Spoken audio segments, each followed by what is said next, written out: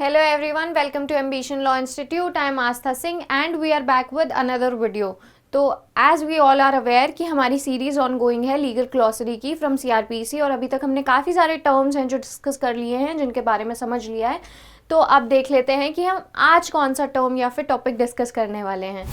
So a topic of discussion for today's video is going to be compounding of offences. कैसे होता है compound, कैसे करा जाता है ऑफेंसेस को, या फिर कौन से ऐसे ऑफेंसेस होते हैं जो कि कंपाउंडेबल होते हैं, इन्हें कंपाउंड कौन करता है, ये सब कुछ हम इस वीडियो में जानने वाले हैं। So let's start the video. तो अब कंपाउंडेबल ऑफेंसेस के बारे में जानते हैं और इन्हें समझते हैं। तो सबसे पहले कंपाउंडेबल ऑफेंसेस कहाँ पर गिवन है? It is given under which section? It is given under section 320 of CrPC. अब कंपाउंडेबल ऑफेंसेस वो ऑफेंसेस होते हैं जिनके बीच में कोई समझौता करा जा सकता है, यानी कि ऐसे ऑफेंसेस जहाँ पर समझौता करा जा सकता है वो होते हैं कंपाउंडेबल ऑफेंसेस। तो अब हम एक बार स्लाइड से पढ़ लेते हैं।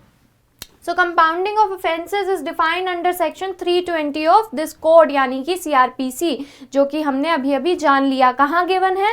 Under section 320 of CRPC। Now let's understand a crime is a wrong against the society। हमने ये पढ़ा था अपनी पिछली वीडियो में, या फिर हमने किसी वीडियो में कॉग्निजेबल और नॉन कॉग्निजेबल ऑफेंसेस के बीच का डिफरेंस जाना है। तो जो कॉग्निजेबल ऑफेंसेस होते हैं वो काफ़ी ज़्यादा हीनियस होते हैं, उनका नेचर ग्रेव होता है, राइट।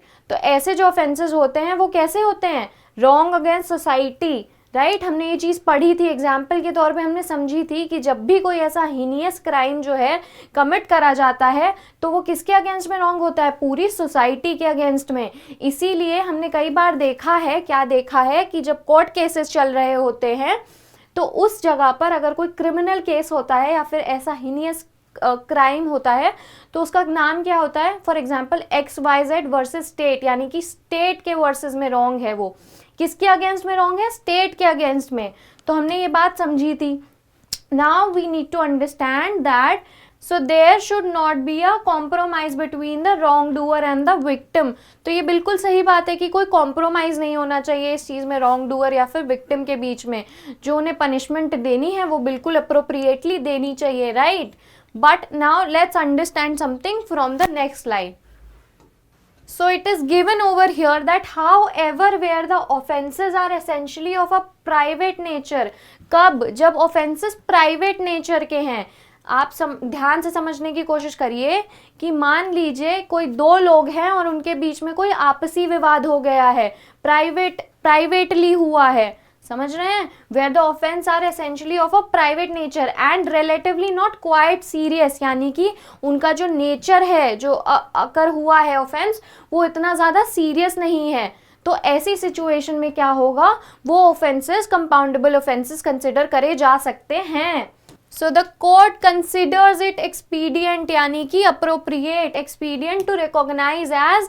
अब ये जान लेते हैं कि कौन सी सिचुएशन में कोर्ट को ये अप्रोप्रिएट लगता है कि वो ऑफेंसेस कंपाउंडेबल है या फिर नॉन कंपाउंडेबल है, या फिर कब उन्हें कोर्ट की परमिशन से कंपाउंडेबल करा जा सकता है, कंपाउंड करा जा सकता है। So the first point says some of them as compoundable offences. कब, किस सिचुएशन में? अब मान लीजिए जैसे कि there is an act of what? causing hurt. So causing hurt by doing an act, example के तौर पे समझते हैं। ऐसी सिचुएशन में वो कंपाउंडेबल ऑफेंस हो सकते हैं।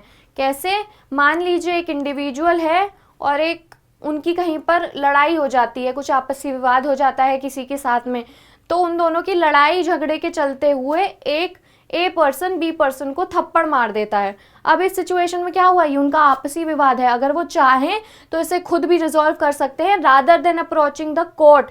तो ऐसी सिचुएशन में क्या हुआ? वो कंपाउंडेबल ऑफेंस हो गया कि इसमें समझौता हो सकता है दो लोगों के बीच में privately. So some of them as compoundable offences. Next is second point says some others as compoundable only with the permission of court। ये बात यहाँ पे याद रखने की है। कब? only with the permission of court। अब इसको भी एक एग्जाम्पल से समझते हैं। Let's try and understand. So मान लीजिए एक महिला है और उनका मिसकैरेज हो जाता है। तो ये कैसी चीज़ है? मिसकैरेज हुआ है यहाँ पर। तो अब वो इस चीज़ के लिए कोर्ट को अप्रोच करेंगी। तो इसमें समझौता होना चाहिए या नहीं होना चाहिए? कंपाउंडेबल है या फिर नॉन कंपाउंडेबल है? ये कौन डिसाइड करेगा? ये कोर्ट डिसाइड करेगा। Some other as compoundable only with the permission of court. कब? कोर्ट की परमिशन के साथ। And the last point is, which is third point, non-compoundable offenses cannot be compounded even with the permission of the court. बहुत important बात है कि कोई भी ऐसा ऑफेंस जो कि नॉन कंपाउंडेबल है, जिसमें समझौता नहीं हो सकता है, वो कोर्ट की परमिशन के बाद भी कंपाउंडेबल नहीं हो सकता है। क्या समझा हमने थर्ड और लास्ट पॉइंट में, जो कि बहुत इंपॉर्टेंट है, that non compoundable offences can not be compounded even with the permission of court. तो अब हमने कंपाउंडेबल ऑफेंसेस के बारे में जान लिया, कौन सी सिचुएशन में कोर्ट इसे कंपाउंड कर सकता है ये जान लिया, और कौन सी सिचुएशन में कंपाउंडेबल ऑफेंसेस में समझौता हो सकता है ये समझ लिया, और नॉन कंपाउंडेबल ऑफेंसेस को कब कंपाउंड नहीं करा जा सकता है ये भी हमने जान लिया। Now let's try and understand. यहाँ पे एक बहुत इंपॉर्टेंट पॉइंट है जो हमें मिस नहीं करना है, और वो कहाँ पर गिवन है, वो गिवन है 320 सेक्शन के सब क्लॉज 9 में, which says, let's read it, that what it says. It says no offense shall be compounded except as provided by this section. Which section? Section 320. तो कोई भी ऐसे प्रोविजंस जो कि कंपाउंडेबल ऑफेंस के हैं वो कहाँ पर गिवन है, सारे 320 में गिवन है, उसके अलावा कहीं भी नहीं है। तो जब भी कंपाउंडेबल ऑफेंसेस की बात होगी तो आपको कौन सा सेक्शन या प्रोविजन इसके बारे में बताता है ये याद रखना है, that is 320, only and only 320। Okay everyone, तो हमने आज की वीडियो में कंपाउंडेबल ऑफेंसेस के बारे में जान लिया, और I really hope that you guys like this video. आपको ये वीडियो पसंद आई होगी। अगर फिर भी आपका कोई क्वेश्चन है तो आप हमें कमेंट सेक्शन में पूछ सकते हैं। And thank you so much, I will see you in a next video.